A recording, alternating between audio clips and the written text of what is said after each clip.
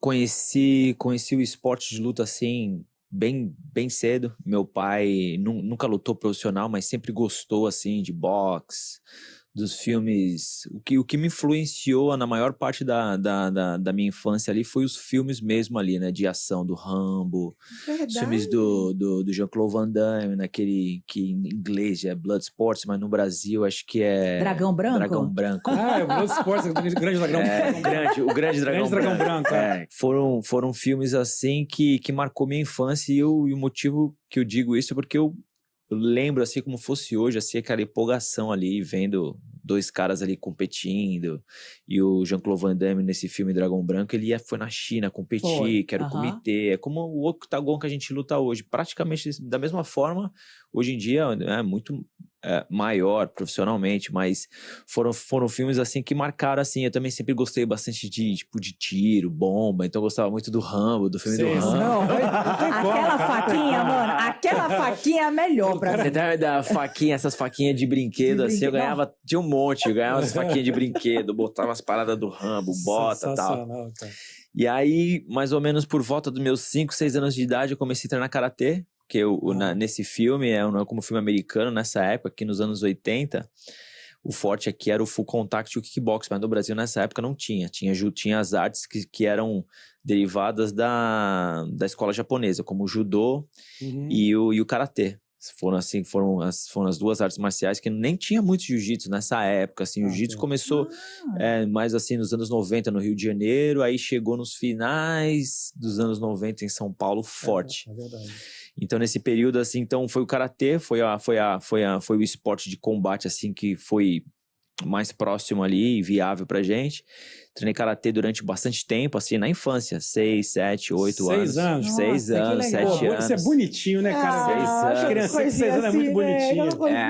6 anos, 7 anos, 8 anos mais ou menos. Aí nós mudamos, então aí eu dei uma parada de karatê, fiquei mais assim, com futebol, coisas assim, mas logo meu pai já falou, não, tenho que ocupar esse moleque aí, tá passando já muito tempo já na rua, já jogando bola, tem que fazer alguma coisa, com ele, toma karatê de novo. Aí nesse período foi quando o primeiro UFC foi lançado, o segundo e o terceiro foram mais ou menos em 1 ano, 2 anos eles fizeram 3 UFC, então eu tinha 13, isso daí eu tô falando, eu nasci em 86, 98, 99, quando eu assisti os primeiros UFC.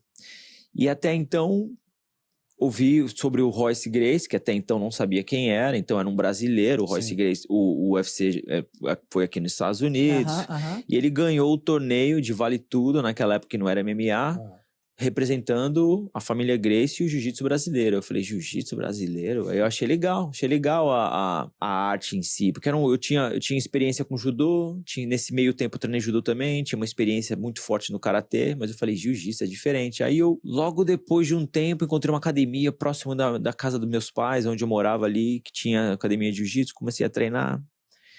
E aí eu já percebi que eu queria viver disso daí, era algo assim que, quando você é tipo criança, adolescente, você não se importa muito na parte financeira, você quer fazer algo que te alegra, que você se sinta bem, que você se Tem criança querendo ser lixeiro.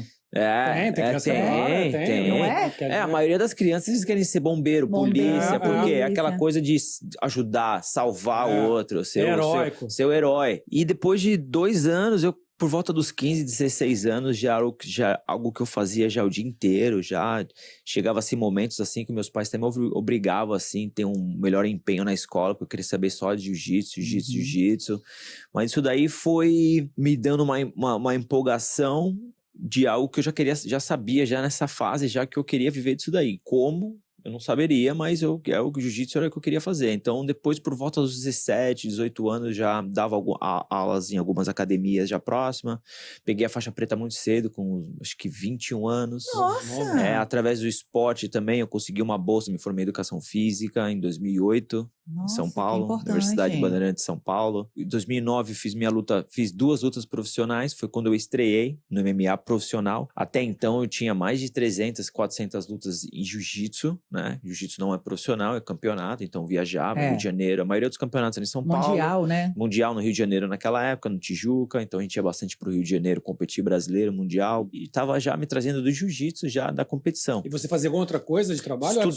Estudava e depois quando eu terminei o meu colegial, eu entrei na faculdade logo na sequência, estudei durante mais 4 anos, fiz a licenciatura plena em Educação Física, formei em 2008, nesse período eu também era faculdade, e o resto do dia treinando, já dava aula à noite, porque né, já tinha alguma... Aí já ganhava uma graninha também como professor? Eu ganhava uma graninha como professor, mais para poder, tipo, pagar a inscrição de campeonato, tinha uns patrocínios que me ajudavam com suplemento, mas assim, tinha bastante amigos, assim, como eu era o mais novo do grupo, né, na academia onde eu treinava, então a galera tinha um amigo meu que até hoje a gente se conversa de vez em quando, ele tinha um despachante, então ele pagava uma inscrição, tinha outros amigos que patrocinava com equipamentos, luva, kimono, e era uma transição, eu já sabia né, que eu já tinha focado o que eu queria, então eu queria, tipo, competir em jiu-jitsu, eu tentei ser campeão mundial em jiu-jitsu, porque eu queria entrar já para o MMA, já fazer essa transição, e eu gostava muito dos UFCs.